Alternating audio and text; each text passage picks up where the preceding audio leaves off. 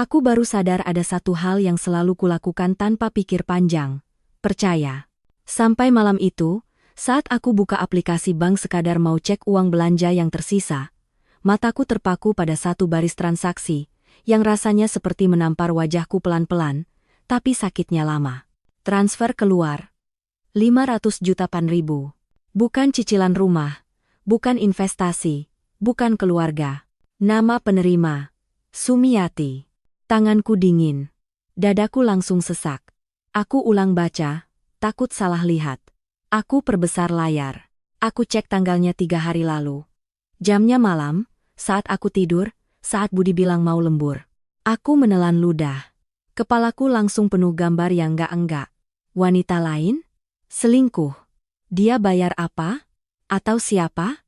Yang lebih bikin aku gila, rekening itu rekening kami. Rekening yang selama ini aku pikir aman, jujur, terbuka. Aku dengar suara Budi dari ruang tamu, ketawa kecil sambil nonton video, santai. Normal. Seolah hidup kami baik-baik saja. Aku menutup ponsel pelan. Aku tarik napas panjang, memaksa diriku tetap tenang. Kalau aku meledak sekarang, dia akan pintar mengelak. Aku harus cerdas. Karena kalau benar ini pengkhianatan, aku nggak mau jadi perempuan yang cuma nangis tanpa tahu apa-apa. Aku mau tahu siapa Sumiati. Dan kenapa suamiku berani mengirim 500 miliar? Diam-diam. Aku tetap duduk di tempatku. Ponsel sudah kutaruh terbalik di meja, seolah kalau aku tidak melihatnya, angka itu akan hilang sendiri. Tapi tentu saja tidak. Di kamar, anak-anak sudah tidur. Rumah sepi, justru itu yang membuat pikiranku makin berisik. Budi masih di ruang tamu. Ketawanya kecil, santai, seperti orang yang tidak membawa dosa apapun. Aku menatap punggungnya dari jauh, dan untuk pertama kalinya dalam bertahun-tahun, aku merasa, aku tidak kenal laki-laki itu. Aku bangkit, melangkah pelan, lalu berdiri di pintu ruang tamu. Aku tidak langsung menyerang. Aku memilih kata-kata yang aman, kata-kata yang bisa jadi jebakan. Mas, suaraku kubuat biasa. Kamu lembur 3 hari lalu ya? Budi menoleh cepat, terlalu cepat. Senyumnya masih ada, tapi matanya seperti mencari-cari sesuatu. Iya, lembur, jawabnya. Aku mengangguk pelan. Capek, ya? Lumayan, katanya, lalu buru-buru memalingkan wajah ke layar TV. Tangan kanannya meraih remote. Remote itu dipencet-pencet tanpa tujuan. Suaranya naik turun. Aku melihat detail kecil itu, gerakan gelisah yang biasanya tidak ada. Aku menelan napas. Aku duduk di sofa, tidak terlalu dekat, tidak terlalu jauh. Seperti aku sedang menguji jarak kami malam itu. Mas. Aku menatap lurus, aku tadi cek rekening. Remote berhenti. Budi tidak menoleh, tapi bahunya mengeras. Ada apa? Tanyanya. Cepat. Terlalu cepat. Aku tersenyum sedikit. Senyum yang dipaksakan. Enggak apa-apa. Aku cuma heran. Kok pengeluaran bulan ini gede? Dia tertawa kecil, tapi tawanya patah. Ya, namanya juga kebutuhan. Aku mengangguk lagi. Iya, sih. Cuma ada yang aku nggak inget, aku takut lupa. Aku sengaja bicara seperti itu.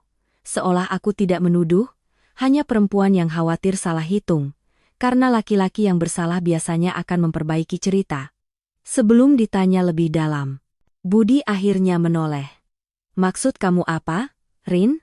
Aku menatapnya, pelan. Ada transfer. Wajahnya berubah. Bukan kaget yang wajar, tapi kaget yang seperti ketahuan. Transfer apa? Suaranya meninggi setengah nada. Aku pura-pura santai. Transfer ke nama Sumiati. Seisi rumah terasa langsung membeku. Budi menahan napas. Bibirnya terbuka sedikit, lalu menutup lagi. Matanya melirik ke arah dapur, lalu ke arah kamar, lalu kembali ke aku, seperti dia mencari jalan keluar. Ah, itu, katanya akhirnya. Urusan kerjaan. Aku hampir tertawa. Tapi yang keluar malah rasa panas di tenggorokan. Urusan kerjaan? Aku ulang, pelan. Iya. Dia mengangguk cepat. Temen kantor, titipan. Nanti dibalikin. And Quadendao, and the Duduri needs. Aku mencondongkan badan sedikit. Temen kantor apa sampai 500 juta, Mas? Budi mengusap wajahnya. Kamu tuh, jangan keporin.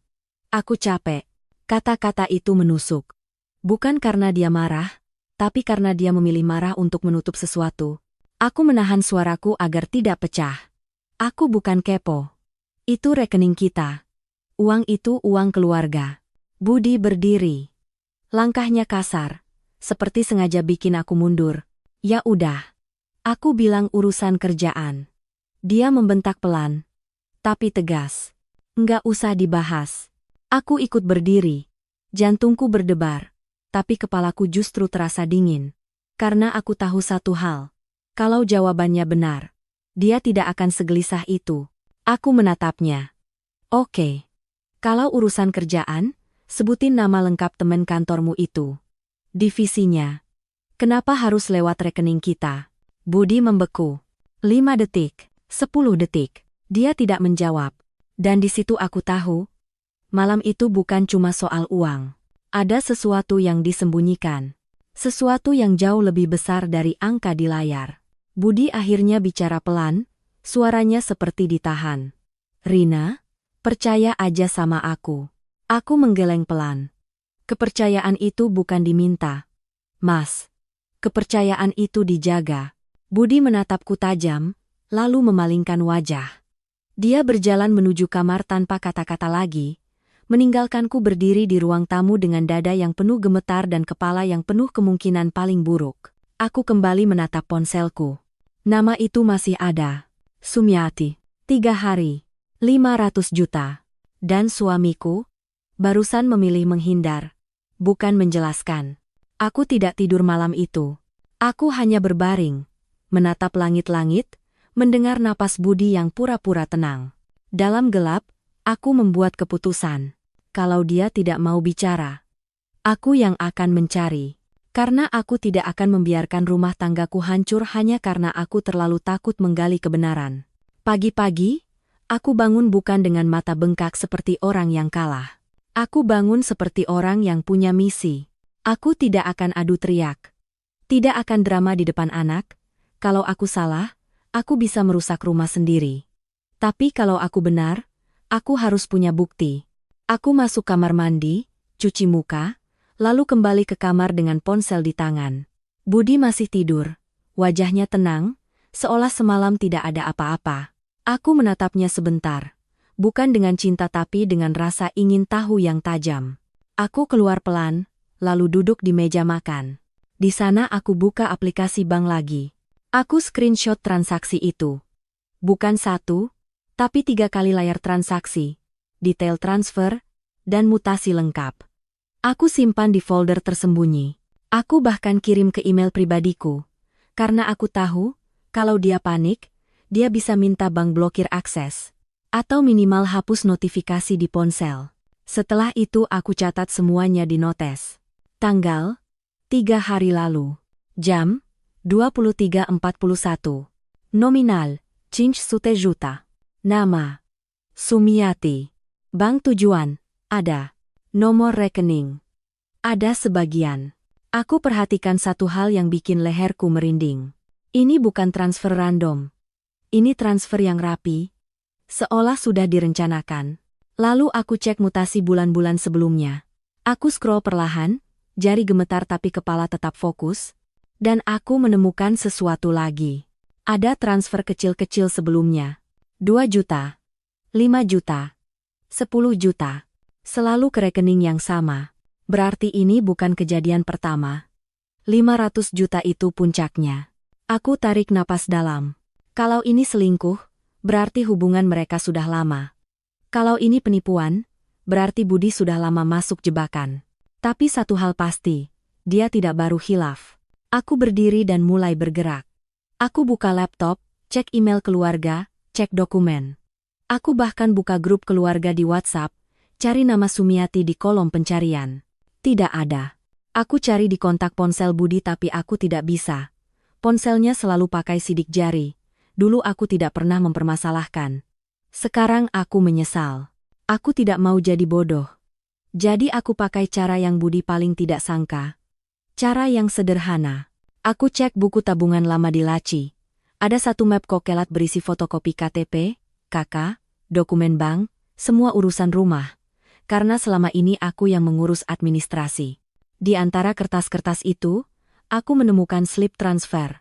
Slip kecil yang sudah kusam, terselip di bawah kwitansi listrik. Aku hampir tidak percaya.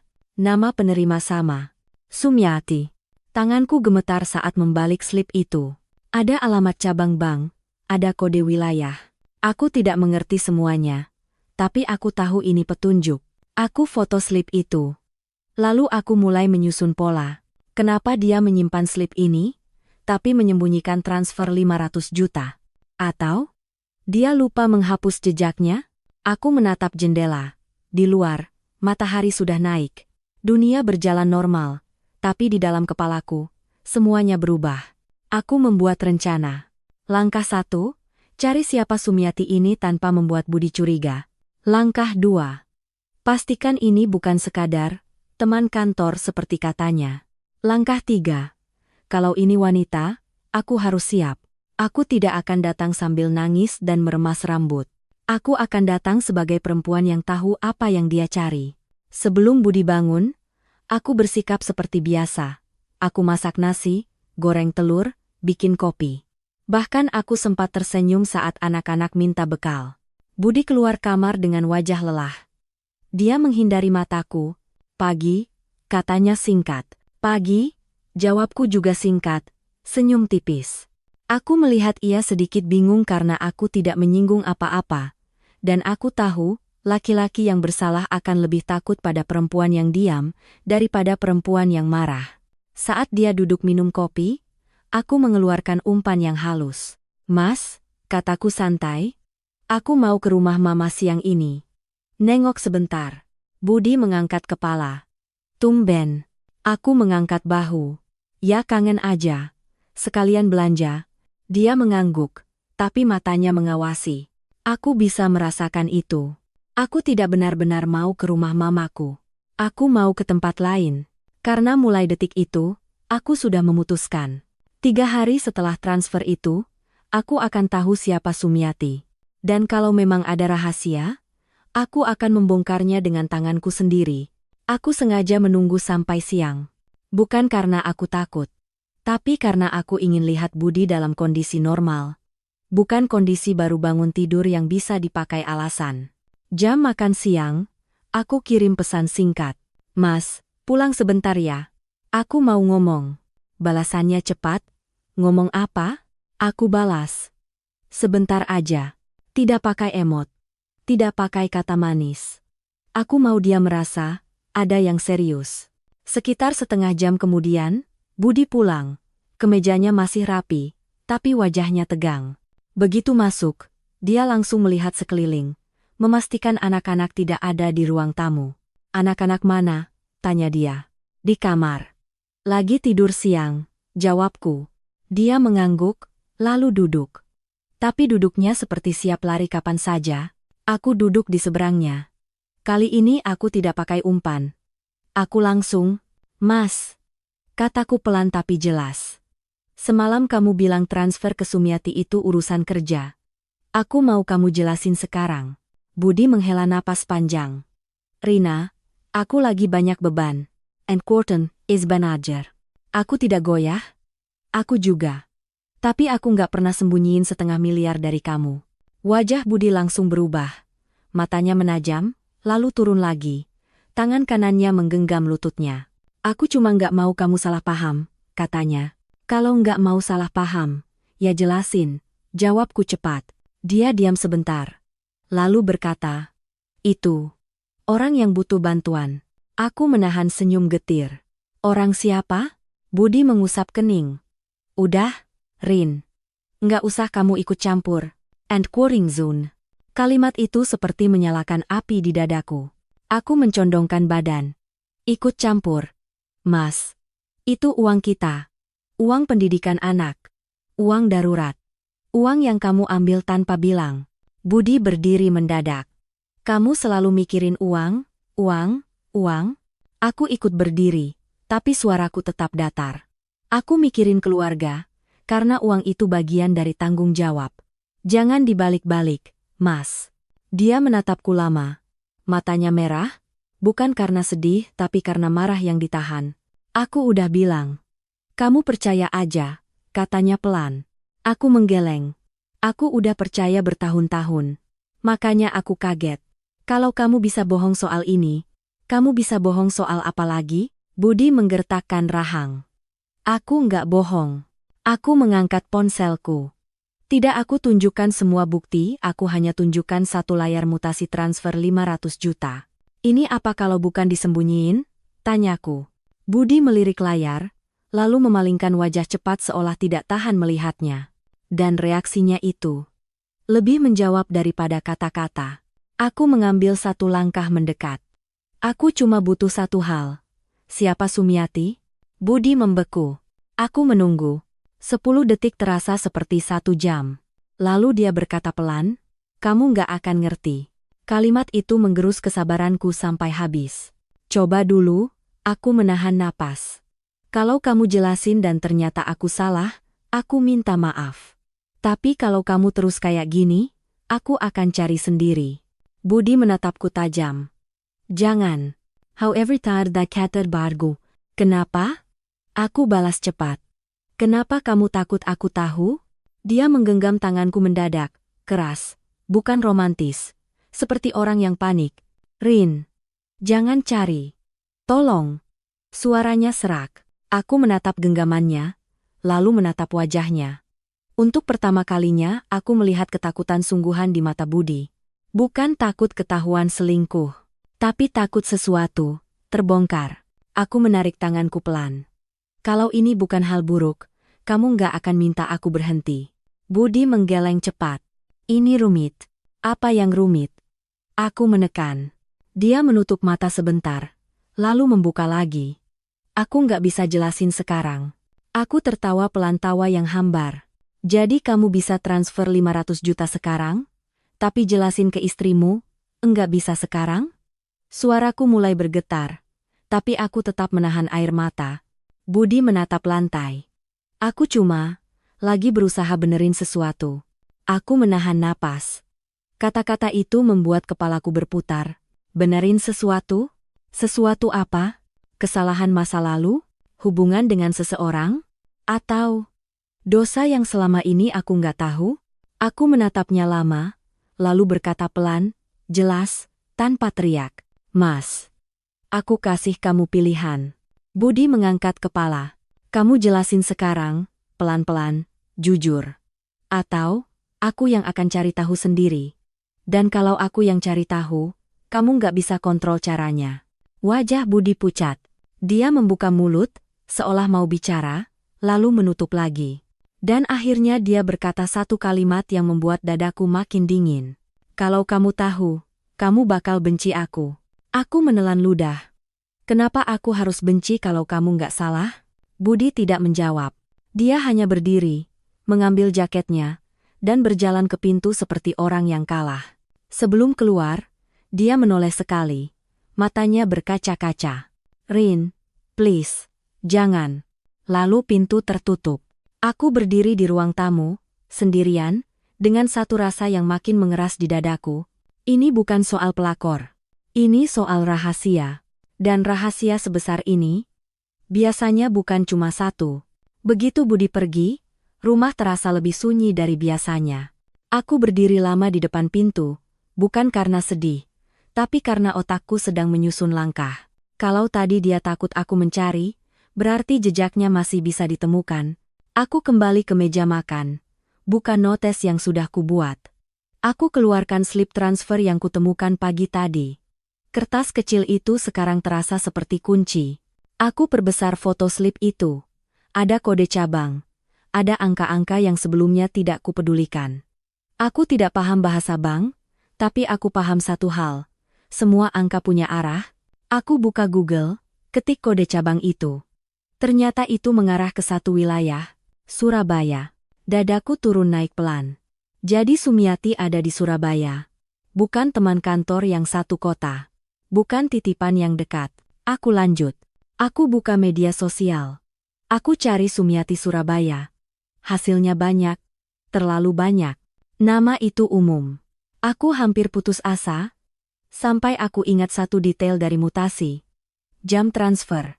Ashesan Densi. Transfer jam segitu biasanya dilakukan orang yang sedang panik atau sedang sembunyi-sembunyi.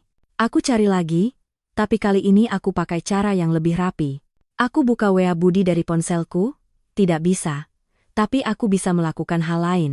Aku membuka aplikasi kontakku, lalu aku ketik angka yang tertera di slip nomor rekening itu tidak lengkap, tapi ada pola.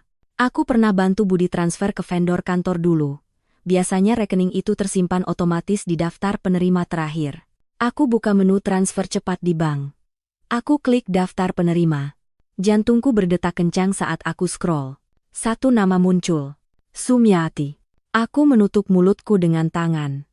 Karena di situ ada satu detail lagi, ada label kecil di bawah namanya, seperti catatan. Bos Sumi. Aku tidak pernah menambahkan penerima ini. Berarti, Budi yang menambahkannya. Dan dia menamainya dengan panggilan yang terdengar, dekat. Bu Sumi. Kalau ini wanita muda, dia tidak akan memanggilnya Bu dengan nada seperti itu. Aku menatap layar lama. Kepalaku berputar. Lalu aku klik info penerima. Kadang ada nomor telepon terhubung. Dan benar, ada nomor. Nomor lama, tapi masih tersimpan. Tanganku gemetar saat aku menyalinnya ke WhatsApp, lalu menempel di kolom chat baru. Aku tidak kirim apa-apa. Aku hanya ingin lihat, apakah ada foto profil? Layarnya loading sebentar. Dan muncul, foto seorang perempuan tua. Rambutnya sudah putih. Wajahnya kurus. Matanya sayu. Tidak ada makeup. Tidak ada gaya wanita simpanan. Yang ada hanya ekspresi lelah. Seperti orang yang terlalu sering menahan sakit. Aku menelan ludah. Aku zoom fotonya. Aku perhatikan latar belakangnya. Dindingnya tua. Ada kipas angin berdiri. Ada jendela kecil. Rumah sederhana. Aku membayangkan Budi mengirim uang sebanyak itu untuk orang seperti ini. Diam-diam, tengah malam. Ini makin aneh. Aku menekan tombol panggilan lalu berhenti. Aku takut kalau aku telepon sekarang, Budi bisa tahu dari histori. Aku harus lebih aman. Aku pakai cara paling sederhana. Aku pakai nomor lain. Aku pinjam ponsel tetanggaku dengan alasan mau telepon kurir. Begitu dia lengah, aku cepat simpan nomor itu, lalu aku telepon. Nada sambung. 1 kali, 2 kali. Aku hampir membatalkan, sampai ada suara serak di ujung sana. Halo, suara perempuan tua. Pelan, lemah. Aku membeku. Tenggorokanku kering. Semua kalimat yang kupersiapkan hilang. Aku memaksa suaraku tetap stabil.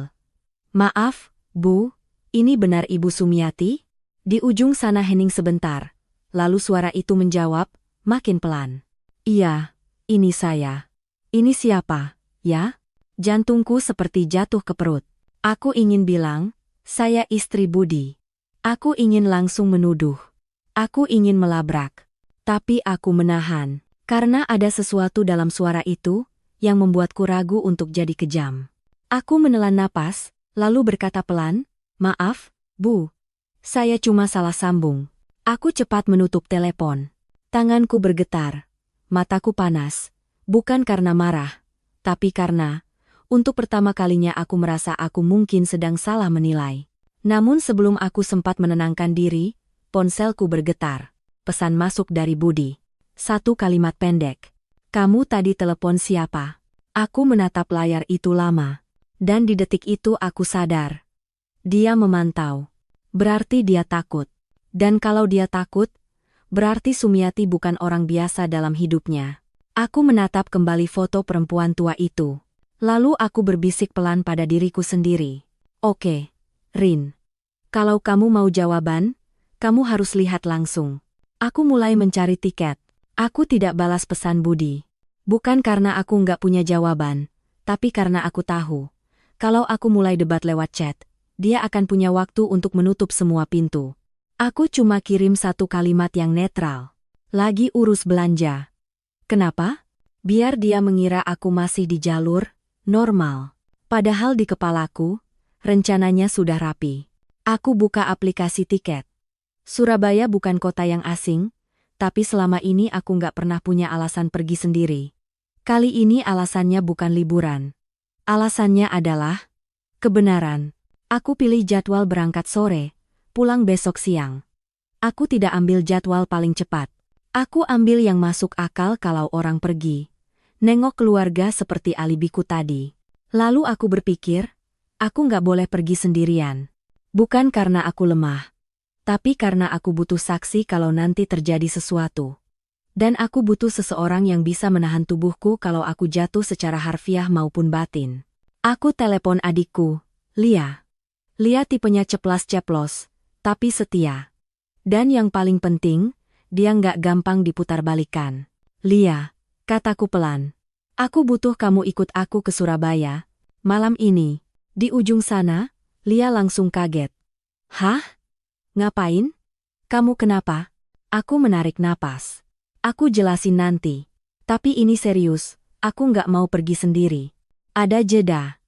Lalu Lia berkata, suaranya langsung berubah tegas. Oke. Aku siap. Kamu di mana? Aku hampir menangis karena lega. Tapi aku tahan. Ke rumah aku. Jangan bilang siapa-siapa. Setelah itu aku mulai mengamankan hal-hal kecil yang sering dilupakan orang saat panik. Aku siapkan uang tunai secukupnya. Aku simpan KTP, kartu ATM, charger.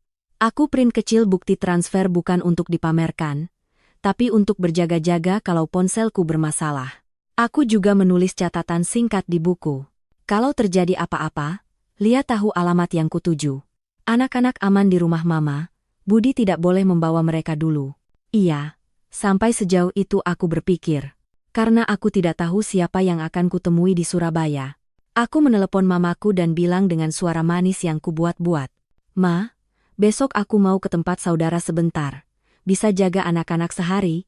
Mama bertanya macam-macam. Tapi aku memotongnya dengan tawa kecil. Cuma sebentar, Ma.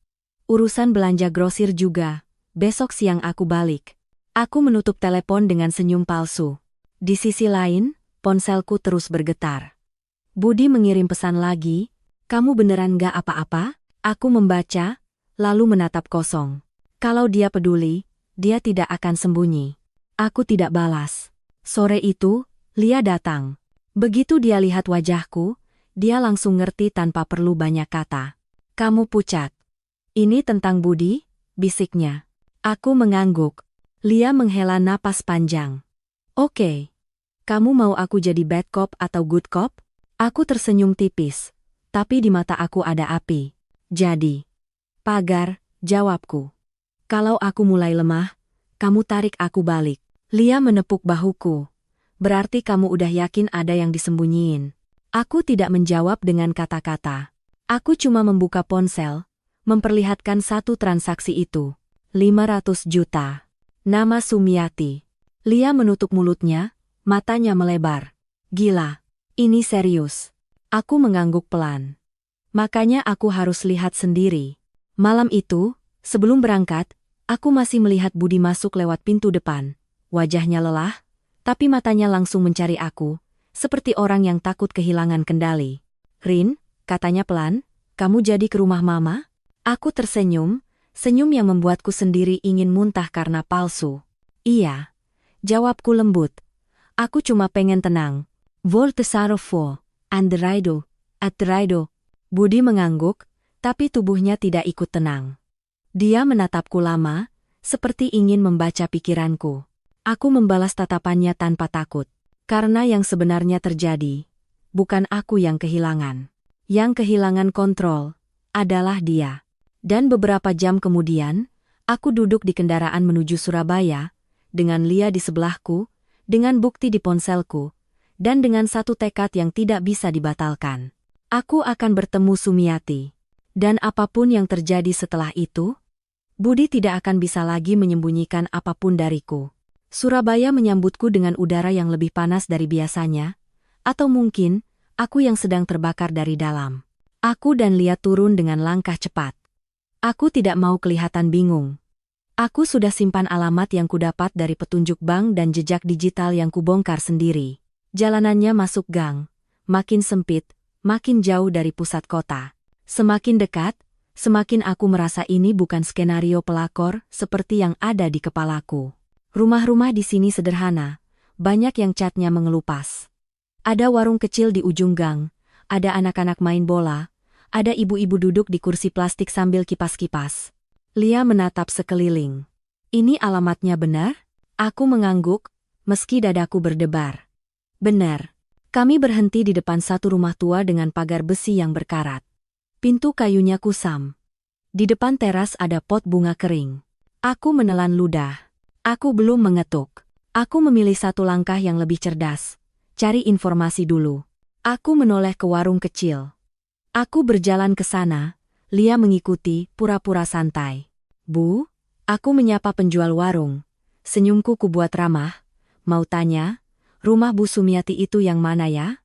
Ibu warung mengangkat kepala, menatapku sebentar, lalu mengangguk ke arah rumah yang barusan kami datangi. Itu Bu Sumi, katanya. Aku berusaha menahan wajahku agar tetap netral. Oh, Bu Sumi sehat? Ibu warung langsung menghela napas, ekspresinya berubah prihatin. Aduh, kasihan. Bu Sumi tuh sering sakit. Baru-baru ini katanya mau operasi, tapi mahal. Aku menegang. Operasi? Lia menatapku, matanya bertanya tanpa suara. Aku melanjutkan pelan, hati-hati. Sendirian ya, Bu? Nggak ada keluarga? Ibu warung mengusap tangan di celemeknya. Keluarga? Ya gitu deh. Katanya dulu punya anak, tapi lama nggak kelihatan. Sekarang baru ada yang datang-datang. Laki-laki, masih muda. Kadang malam. Kata, kadang malam membuat perutku terasa jatuh. Aku memaksa senyum. Oh gitu. Namanya siapa, Bu? Ibu warung menggeleng. Nggak tahu. Tapi kayaknya, dia itu yang ngurus biaya rumah sakit. Soalnya Bu Sumi sering bilang, Alhamdulillah ada dia. Aku menelan ludah. Ada dia, bukan mereka. Aku menarik napas, mencoba menyusun logika baru. Kalau Budi memang sering datang, kenapa dia merahasiakan? Kenapa dia panik saat aku mendekat? Aku mengucapkan terima kasih, lalu kembali ke depan rumah itu. Di teras, aku berdiri. Tanganku terangkat, siap mengetuk. Tapi sebelum tanganku menyentuh pintu, aku dengar suara batuk dari dalam. Batuk kering, panjang, seperti orang yang paru-parunya sedang menahan sesuatu. Aku membeku. Lia mendekat dan berbisik, Rin, ini benar kamu siap? Aku menatapnya. Aku udah sampai sini. Aku nggak bisa mundur. Aku mengetuk. Tuk, tuk, tuk. Tidak ada jawaban. Aku mengetuk lagi. Tuk, tuk. Baru setelah itu terdengar langkah pelan mendekat. Pintu kayu berderit sedikit. Celah kecil terbuka. Wajah perempuan tua itu muncul. Dia sama persis dengan foto profil WhatsApp. Lebih kurus, lebih pucat. Matanya menatap kami dengan waspada, tapi juga lelah. Iya, suaranya pelan. Aku membuka mulut, tapi lidahku berat. Aku menelan napas, lalu berkata, setenang mungkin, maaf, Bu. Saya mau tanya, ini rumah Bu Sumiati. Perempuan itu mengangguk pelan. Iya, saya Sumiati. Aku merasa darahku berdesir sampai telinga. Aku memaksa diriku tetap berdiri tegak. Saya Rina. Aku sengaja tidak menyebut siapa aku sebenarnya. Aku ingin lihat reaksinya dulu. Kalau dia benar punya hubungan spesial dengan Budi, nama Rina mungkin akan memancing sesuatu. Namun Sumiati hanya menatap bingung. Rina? Tidak ada kaget, tidak ada sinis. Tidak ada gaya perempuan yang sedang memiliki suamiku. Dia hanya bingung. Aku semakin bingung. Lia mengambil alih dengan lembut. Bu, kami jauh-jauh datang karena ada urusan penting. Boleh kami ngobrol sebentar? Sumiati ragu. Tangannya menggenggam sisi pintu. Aku bisa lihat jari-jarinya gemetar. Ada apa nak? Katanya. Aku menarik napas panjang, lalu memilih kata yang paling aman. Kami cuma mau memastikan. Ibu kenal seseorang bernama Budi? Begitu nama itu keluar dari mulutku, wajah Sumiati berubah. Bukan berubah seperti orang ketahuan selingkuh, tapi berubah seperti orang baru saja ditarik kembali ke masa lalu. Matanya berkedip cepat. Bibirnya bergetar. Budi? Suaranya hampir tidak keluar. Dia menatapku lebih lama. Pandangannya turun ke wajahku, ke bentuk mataku, ke garis rahangku, seperti mencari sesuatu. Lalu dia berbisik, sangat pelan, seolah bicara pada dirinya sendiri. Dia masih hidup? Aku merinding. Aku tidak paham maksudnya. Tapi satu hal jelas. Nama Budi tidak membuat dia merasa bersalah. Nama itu membuat dia seperti orang kehilangan. Sebelum aku sempat bertanya, Sumiati tiba-tiba batuk keras. Tubuhnya membungkuk. Aku refleks maju, menahan pintu agar tidak menutup. Bu, aku panik. Sumiati mengangkat tangan memberi isyarat, masih batuk. Enggak apa-apa, masuk dulu. Aku dan Lia saling pandang, lalu masuk pelan. Di dalam rumah, baunya obat-obatan dan minyak kayu putih. Ada kasur tipis di ruang tengah. Di dinding ada foto tua yang warnanya pudar. Aku menatap foto itu tanpa sengaja. Dadaku langsung seperti ditusuk. Di foto itu, ada anak kecil laki-laki wajahnya mirip Budi. Dan di sampingnya, perempuan muda yang memeluknya. Perempuan itu Sumiati, versi muda. Aku menelan ludah. Aku mendekat selangkah. Mataku tidak lepas dari foto itu. Lia berbisik, suaranya gemetar. Rin, itu. Aku tidak menjawab. Karena dalam kepalaku, satu kalimat mulai muncul. Pelan tapi mengerikan. Kalau ini bukan pelakor. Kalau ini bukan orang asing. Lalu, siapa sebenarnya Sumiati bagi Budi? Dan kenapa Budi bilang aku akan membencinya kalau aku tahu? Di saat itu, dari luar terdengar suara motor berhenti mendadak di depan rumah. Langkah cepat. Pintu pagar berderit. Lalu suara laki-laki yang sangat aku kenal, menyebut nama itu dengan panik. Bu Sumi. Aku membeku. Itu suara Budi. Suara itu menghantam dadaku lebih keras daripada semua dugaan yang sempat berputar di kepalaku. Bu Sumi. Aku menoleh ke pintu seperti orang yang baru disiram air es. Lia refleks berdiri di sampingku, posisinya seperti tameng. Langkah Budi cepat. Terburu-buru. Nafasnya berat. Begitu pintu terbuka, dia masuk dengan wajah panik lalu berhenti mendadak saat melihatku. Henning. Budi tidak bergerak. Matanya melebar. Seperti orang yang baru menabrak tembok yang tidak dia lihat. Rina? Suaranya serak. Aku tidak langsung marah. Anehnya, aku justru merasa tenang. Terlalu tenang. Seolah seluruh emosiku sedang menunggu satu kepastian.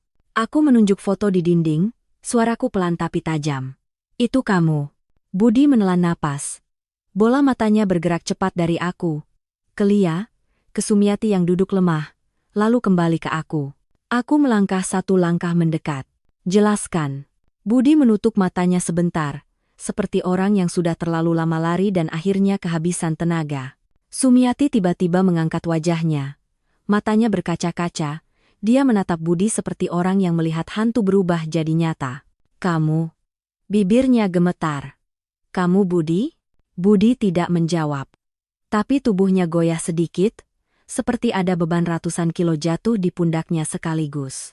Aku menatap Sumiati, lalu kembali ke Budi. Mas, ini siapa? Budi membuka mulut, tapi tidak ada suara keluar. Lia mendahului dengan nada tegas, tapi tidak kasar. Mas, jawab. Ini ibumu? Budi mengangkat kepala cepat, menatap Lia seperti ingin menyangkal. Lalu matanya jatuh lagi. Dan akhirnya, dia mengangguk pelan. Satu anggukan kecil, tapi cukup untuk membuat dunia di kepalaku berputar. Ibu? Aku mengulang. Suaraku terdengar asing di telingaku sendiri. Budi mengangguk lagi, lebih jelas kali ini. Iya. Sumiati menangis tanpa suara. Air matanya turun perlahan, seperti sudah lama disimpan dan baru boleh jatuh sekarang. Aku kira kamu udah. Sumiati terisak, napasnya pendek. Aku kira kamu udah nggak ada. Budi berlutut di depan Sumiati, bukan gaya dramatis, tapi spontan. Tangannya gemetar saat memegang tangan perempuan tua itu. Bu! Suaranya pecah. Aku di sini. Aku berdiri di situ seperti patung. 500 juta. 3 hari. Nama Sumiati. Bukan pelakor. Bukan selingkuhan. Ini, ibu kandung. Tapi kalau ini ibunya. Kenapa Budi menyembunyikan? Kenapa dia bilang aku akan membencinya kalau aku tahu? Aku menelan ludah, memaksa otakku tetap jalan. Mas. Suaraku lebih dingin. Kamu bilang ibumu meninggal. Dari dulu kamu bilang ibumu meninggal. Budi menatapku, wajahnya basah. Bukan air mata yang dramatis, lebih seperti air mata orang yang sudah capek berbohong. Aku juga percaya dia meninggal, katanya pelan. Aku mengerutkan kening. Maksudnya? Budi menatap Sumiati sebentar, lalu menatapku lagi. Waktu aku kecil, aku dipisahin dari dia. Aku dibawa orang lain, dan aku dikasih tahu, ibuku udah meninggal. Aku menarik napas tajam. Siapa yang kasih tahu? Budi menggertakkan rahang. Ayah. Dan keluarga ayah. Lia menahan napas. Aku bisa lihat bulu kuduknya berdiri. Aku menatap Sumiati. Perempuan itu menggenggam tangan Budi erat, seperti takut anaknya hilang lagi. Sumiati berbisik, suaranya serak. Aku nggak pernah mati, nak. Aku cuma dihilangin. Kata dihilangin membuat dadaku seperti ditusuk. Aku memegang sandaran kursi, menahan tubuhku sendiri. Mas. Jadi selama ini, Budi mengangguk cepat, air matanya jatuh.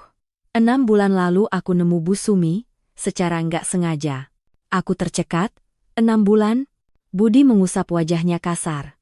Aku ketemu dia waktu ngurus proyek di Surabaya. Aku lihat namanya di berkas. Terus aku cari. Aku cari sampai ketemu. And all the Aziz dari, Jespora, and then Kostrari. Aku menatapnya, rasa marah dan iba bertabrakan di dadaku. Terus kenapa kamu nggak bilang aku? Suaraku naik sedikit. Kenapa kamu pakai uang kita diam-diam? Budi menunduk. Karena aku takut. Takut apa? Aku menekan. Budi mengangkat kepala, matanya merah. Takut kamu pikir aku bohong? Takut kamu pikir aku punya wanita lain? Takut kamu marah? Aku tertawa getir. Dan kamu pilih, bohong beneran? Budi terdiam. Sumiati tiba-tiba batuk lagi. Tubuhnya lemah. Budi langsung panik, memegang bahunya. Bu, pelan-pelan, Bu. Sumiati menggeleng, napasnya tersengal. Aku nggak apa-apa, cuma capek. Lia menatap sekeliling, lalu berbisik ke aku, Rin. Ini rumah kecil, bau obat. Dia sakit beneran. Aku menatap Sumiati. Wajahnya pucat, bibirnya kering, ada kantong plastik obat di atas meja. Dan di saat itu, seluruh kecurigaanku berubah bentuk, tapi belum hilang.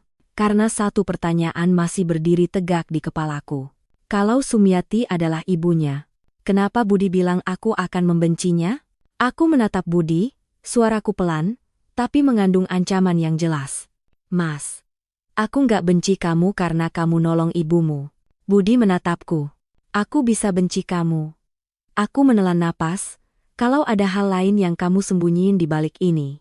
Budi memejamkan mata. Seperti orang yang tahu. Titik paling gelap belum dibuka. Di luar, angin lewat. Rumah itu kembali sunyi. Dan di tengah sunyi itu, Budi akhirnya berbisik, suaranya hampir tidak terdengar. Ada alasan? Kenapa aku dulu dipisahin dari Bu Sumi? Aku menatapnya, jantungku berdetak keras. Alasan apa? Tanyaku. Budi menatap Sumiati yang sedang menggenggam tangannya. Lalu dia berkata satu kalimat yang membuat seluruh ruangan terasa makin sempit. Karena waktu itu, keluargaku bilang Bu Sumi, bikin malu. Aku menegang. Bikin malu karena apa? Budi menelan ludah. Matanya berkaca-kaca lagi. Karena, Bu Sumi, bukan istri sah. Aku membeku. Lia menutup mulutnya. Sumiati memalingkan wajah, menangis lebih keras. Dan aku, baru sadar. Twist pertama ini bukan akhir. Ini baru pintu. Aku berdiri mematung, tapi Budi, seperti baru runtuh dari dalam. Dia masih jongkok di depan Sumiati. Tangannya memegang tangan perempuan tua itu seolah takut terlepas. Matanya berkaca-kaca, tapi tatapannya kosong, seperti sedang melihat masa lalu yang tidak pernah selesai. Aku nggak pernah mau cerita ini ke siapapun. Budi bicara pelan. Termasuk kamu. Aku menghela napas. Sekarang kamu harus cerita. Budi mengangguk pelan. lalu menatap lantai. Waktu aku kecil, aku dibesarkan sama keluarga ayah. Mereka bilang ibuku meninggal waktu melahirkan. Aku percaya. Aku tumbuh dengan satu lubang yang enggak bisa kujelasin. Sumiati mengusap air matanya, tapi dia tidak menyela. Seolah ini kisah yang selama ini dia tunggu dari mulut anaknya sendiri. Budi melanjutkan, suaranya makin serak. Tiap kali aku nanya, mereka marah. Mereka bilang aku nggak boleh nyebut-nyebut nama ibu. Katanya bikin sial. Aku menatap wajahnya. Aku bisa bayangin Budi kecil, bingung, takut, akhirnya belajar diam. 6 bulan lalu, Budi menarik napas panjang. Aku dapat proyek di Surabaya. Enggak penting proyeknya apa, yang penting aku ketemu satu nama. Dia mengangkat kepala dan menatap Sumiati sebentar. Tatapannya lembut tapi penuh luka. Nama Bu Sumi. Enkweko, Adara Marke Koranara. Aku menelan ludah. Di mana kamu lihat? Di berkas rumah sakit, jawabnya. Waktu itu aku antar rekan kerja ke IGD. Ada daftar pasien. Aku nggak tahu kenapa, mataku langsung nyangkut di situ. Sumiati. Umurnya. Cocok. Budi tertawa kecil. Getir. Aku bahkan sempat bilang ke diri sendiri. Ah, mana mungkin. Tapi namanya, nempel di kepala. Aku menatap Lia. Lia menatapku balik, wajahnya tegang. Budi melanjutkan, malam itu aku pulang, tapi aku nggak bisa tidur. Aku cari. Aku ketik nama itu di mana-mana. Aku cari data. Aku nanya orang-orang lama yang masih kenal keluargaku. Aku memotong, keluarga ayahmu. Budi mengangguk, wajahnya langsung mengeras. Mereka marah. Mereka bilang aku nggak usah ngungkit masa lalu. Mereka bilang, aku nggak berhak. Aku menatap Budi tajam. Berarti dari awal mereka tahu ibumu hidup? Budi diam beberapa detik, lalu mengangguk pelan. Iya. Kata iya itu rasanya seperti palu. Aku menahan emosi. Terus? Budi mengusap wajahnya. Aku makin yakin. Aku balik lagi ke rumah sakit itu, pura-pura nanya administrasi. Aku cari alamat pasien, aku cari kontak darurat. Dan kamu dapat? Tanyaku. Budi mengangguk. Aku dapat alamat ini. Sumiati menunduk, bahunya bergetar. Aku kira, kamu nggak akan pernah cari aku, bisiknya. Budi menggenggam tangan Sumiati lebih erat. Bu, aku sendiri baru tahu. Aku pikir Bu udah nggak ada. Sumiati menangis pelan. Mereka bilang kamu diambil. Biar kamu punya hidup bagus. Aku merinding. Budi menelan ludah, lalu melanjutkan flashback itu dengan suara yang makin berat. Pertama kali aku datang ke sini, aku nggak berani langsung bilang aku Budi. Aku cuma berdiri di depan pagar. Aku lihat dari celah. Aku bisa membayangkan Budi berdiri seperti pencuri di depan rumah ibunya sendiri. Bu Sumi keluar waktu itu, bawa ember. Budi menatap kosong. Aku lihat wajahnya, dan aku tahu. Inkord Garator. Denitor Garator Nistara. Budi menutup mulutnya sebentar, menahan suara yang hampir pecah. Aku pulang malam itu dan muntah, katanya lirih. Aku nggak sanggup nerima. Bukan karena aku nggak mau punya ibu, tapi karena aku sadar aku dibohongi seumur hidup. Aku menelan napas. Kata-kata itu menusuk. Budi melanjutkan, hari ketiga aku balik lagi, aku ketuk pintu. Aku bilang, aku cuma orang yang mau bantu. Bu Sumi nanya namaku, aku nggak jawab jujur. Aku menatapnya tajam. Kamu bohong ke ibumu juga? Budi mengangguk, malu. Aku takut kalau aku bilang aku anaknya. Bu Sumi syok. Aku lihat kondisinya lemah. Batuk-batuk. Sering pusing. Sumiati mengangguk pelan. Aku sering sakit, tapi aku tahan. Budi menghela napas panjang. Aku mulai kirim uang pelan-pelan, 2 juta, 5 juta, buat obat, buat makan. Aku bilang itu sedekah. Aku mengingat transfer kecil yang kulihat. Jadi itu bukan pola selingkuh. Itu pola menebus. 3 bulan setelah itu, Budi menatapku, aku akhirnya bilang. Dia menoleh ke Sumiati. Bu, aku bilang, aku Budi. Sumiati menutup mulutnya, tangisnya pecah lagi. Aku pingsan waktu itu, Sumiati berbisik. Aku pingsan karena aku pikir aku mimpi. Budi mengangguk pelan. Dan sejak saat itu, aku bolak-balik. Diam-diam. Aku menatapnya. Kenapa diam-diam dari aku? Budi menunduk, lalu berkata jujur, tanpa pembelaan. Karena aku malu. Malu? Aku ulang. Budi mengangguk. Aku takut kamu lihat aku sebagai laki-laki yang punya masa lalu kotor. Anak dari perempuan yang bukan istri sah. Aku takut keluargamu menilai. Aku takut kamu menyesal nikah sama aku. Aku terdiam. Jadi ini akar ketakutannya. Bukan cuma takut ketahuan transfer, tapi takut identitasnya terbongkar. Aku menatap Sumiati. Perempuan tua itu memejamkan mata, napasnya berat. Bu, aku bicara pelan. Budi bantu ibu. Karena ibu sakit? Sumiati mengangguk, suaranya lirih. Dokter bilang, ada masalah di dada. Jantung, katanya. Aku menelan ludah. Dan tiba-tiba semua kepingan mulai nyambung. Transfer kecil-kecil itu, obat, makan, cek dokter. Transfer 500 juta, bukan untuk cinta rahasia. Tapi mungkin untuk sesuatu yang mendesak. Aku menatap Budi, suaraku pelan tapi tegas. Mas, 500 juta itu untuk apa? Budi menutup mata. Lalu dia menghembuskan napas panjang, seperti orang yang akhirnya menyerah melawan kebenaran. Untuk operasi, aku membeku. Lia menatapku cepat, dan jantungku berdetak makin keras. Karena aku tahu, setelah ini, akan ada satu twist lagi yang mengubah semua rasa marahku jadi sesuatu yang jauh lebih rumit.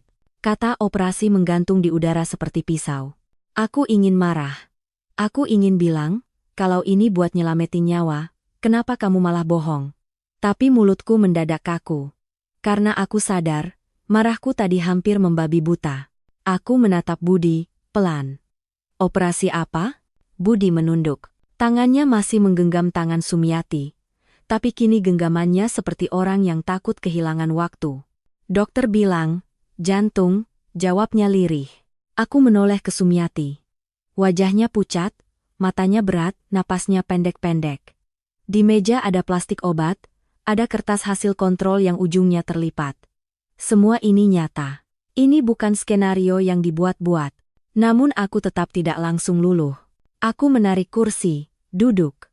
Suaraku tenang, tapi tegas. Mas, aku ngerti kamu panik. Aku ngerti kamu punya luka. Tapi aku nggak akan asal percaya hanya karena kamu bilang operasi. Budi menatapku, kaget.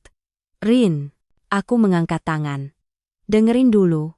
Aku menatap Sumiati, lalu berkata pelan, sopan, tidak menghakimi.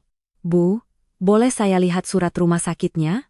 Sumiati tampak ragu, matanya melirik Budi, seolah dia takut membuat Budi tambah susah.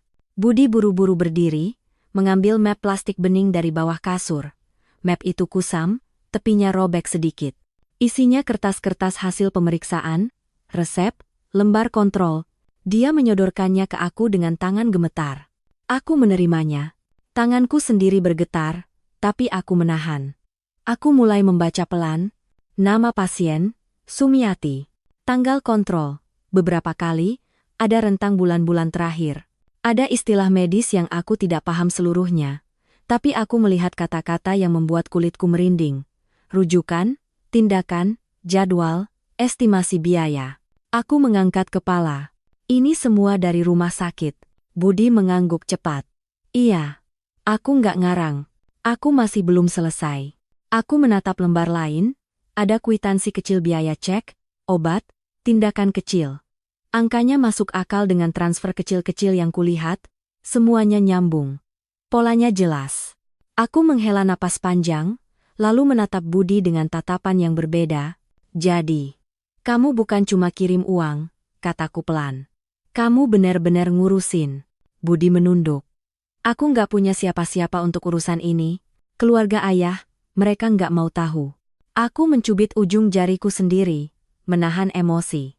Karena sekarang marahku berubah arah. Bukan lagi marah pada wanita lain, tapi marah pada kebohongan yang dia pilih. Dan pada orang-orang yang membuat seorang anak harus tumbuh dengan cerita palsu tentang ibunya sendiri. Lia menyela pelan, Rin, ini kelihatan real. Aku mengangguk, tapi tetap menahan diri. Aku membuka ponsel. Aku cek kembali tanggal-tanggal transfer. Aku cocokkan dengan tanggal kontrol yang tertulis. Banyak yang sesuai, tapi satu hal masih mengganjal.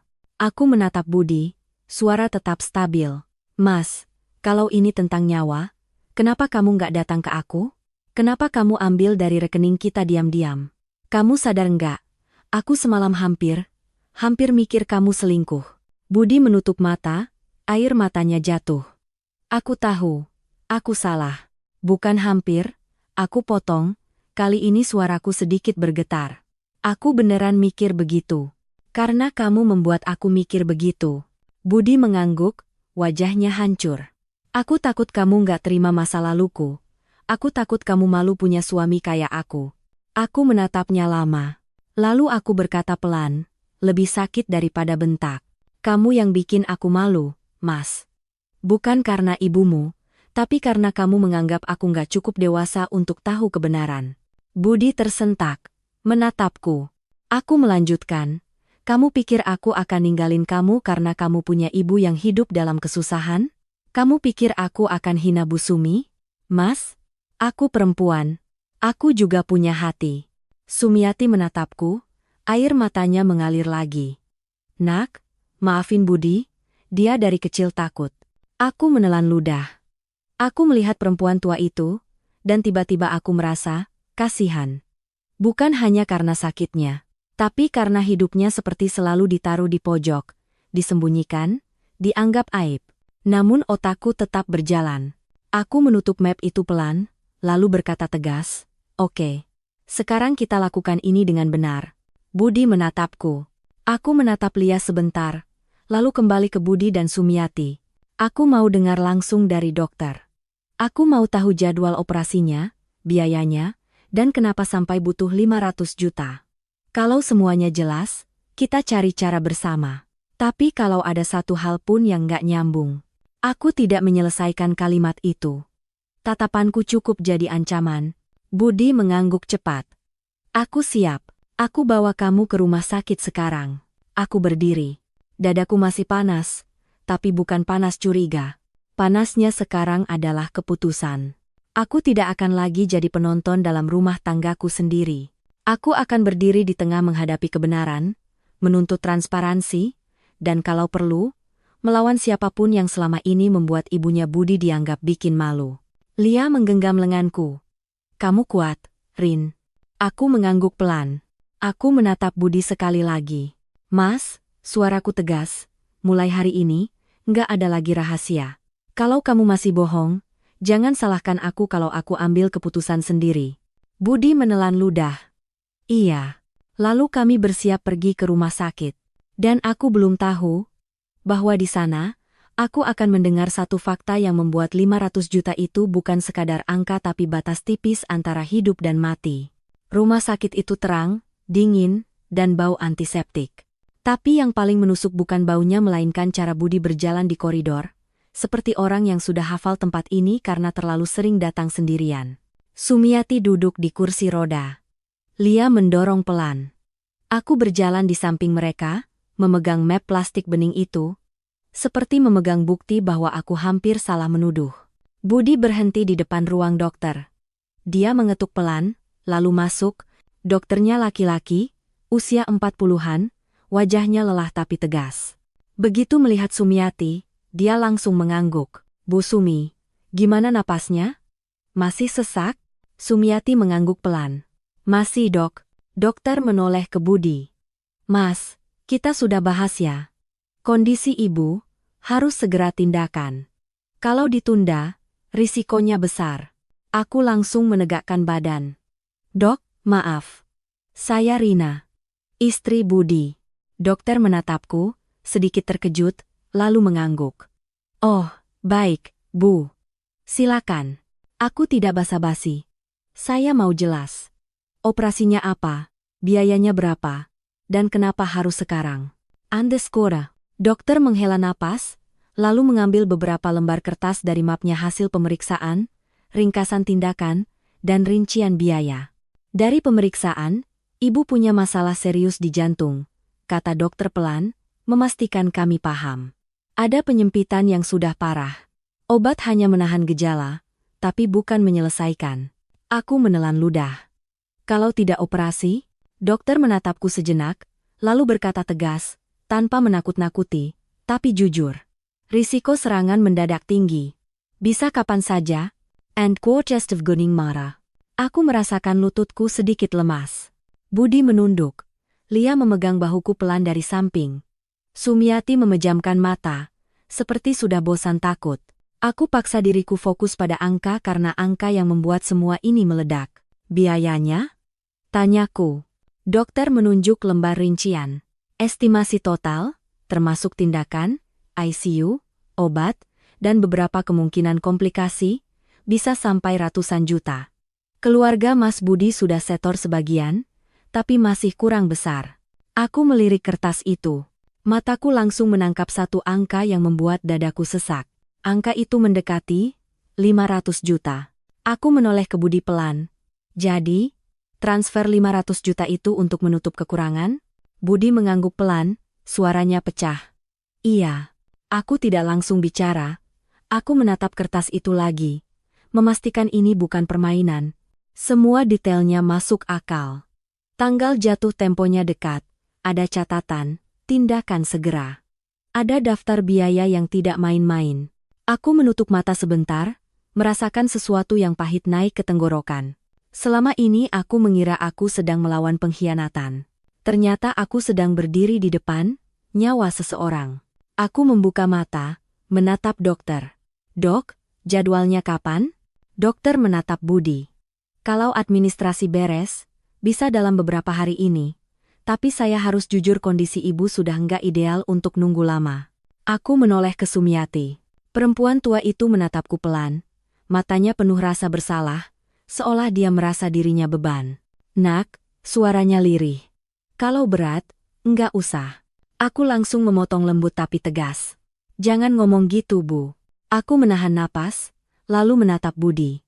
Semua emosi di dadaku campur aduk, marah, sedih, kecewa, dan iba. Mas, suaraku pelan tapi tajam. Kamu tahu nggak? Semalam aku nyaris hancur karena mikir kamu selingkuh. Budi menutup wajahnya dengan tangan. Aku tahu. Aku bodoh. Quiding Lorazari. Aku menggeleng. Bukan bodoh. Kamu takut. Tapi kamu memilih cara yang paling melukai. Budi mengangkat kepala, matanya merah. Aku cuma takut kehilangan Bu Sumi.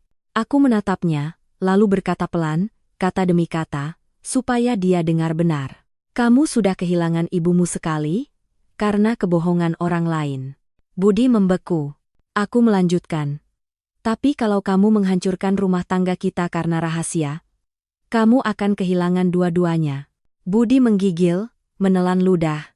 Aku nggak mau. It's a nation, it's a nation. Aku menatap dokter lagi. Dok, langkah berikutnya apa? Dokter menjelaskan singkat tentang administrasi, persiapan, dan apa yang perlu ditandatangani. Aku mendengar semuanya, tapi pikiranku sudah melompat lebih jauh. Karena sekarang aku tahu, 500 juta itu bukan uang hilang. Itu uang yang dibayar Budi untuk satu kesempatan. Kesempatan ibunya hidup. Kesempatan dia menebus masa kecil yang dicuri. Dan kesempatan kami sebagai keluarga untuk berhenti hidup dalam kebohongan. Di luar ruang dokter, saat kami menunggu Lia mengurus fotokopi berkas, aku menarik Budi ke sudut koridor. Aku menatapnya lurus. Mas, aku akan bantu. Tapi ada syarat. Budi menatapku, takut. Mulai hari ini, kataku, aku ikut semua keputusan. Semua. Nggak ada lagi. Percaya aja. Aku bukan orang luar. Aku istrimu. Budi mengangguk cepat. Iya. Iya. Rin. Aku menarik napas panjang. Dan satu lagi. Kamu harus cerita semuanya. Tentang keluarga ayahmu. Tentang kenapa ibumu dihilangkan. Karena aku nggak mau nanti, ada orang datang lagi, mengulang luka yang sama. Budi menatapku lama, lalu mengangguk pelan. Aku akan cerita, katanya. Dan entah kenapa, saat dia bilang itu, aku merasa, twist terbesar bukan operasi ini. Twist terbesar adalah kenyataan bahwa musuh kami mungkin bukan Sumiati, bukan uang, bukan salah paham. Tapi orang-orang yang selama ini menganggap seorang ibu sebagai aib. Malamnya, Setelah semua urusan rumah sakit selesai sementara, kami kembali ke rumah Bu Sumi. Lia membantu menyiapkan teh hangat. Bu Sumi berbaring, kelelahan. Aku menutup pintu pelan, memastikan beliau bisa istirahat. Di ruang tengah yang sempit itu, aku menarik napas panjang. Aku menatap Budi. "Mas, duduk." Budi menurut. Bahunya turun, wajahnya seperti orang yang sudah siap dihukum. Aku ikut duduk di depannya, tapi kali ini, aku tidak datang sebagai istri yang meledak-ledak. Aku datang sebagai perempuan yang mengambil kendali. "Kita lurusin," kataku, suaraku tegas, pelan. "Aku nggak marah karena kamu nolong ibumu. Aku marah karena kamu menganggap aku musuh." Budi menelan ludah. "Aku nggak." "Kamu iya," aku potong.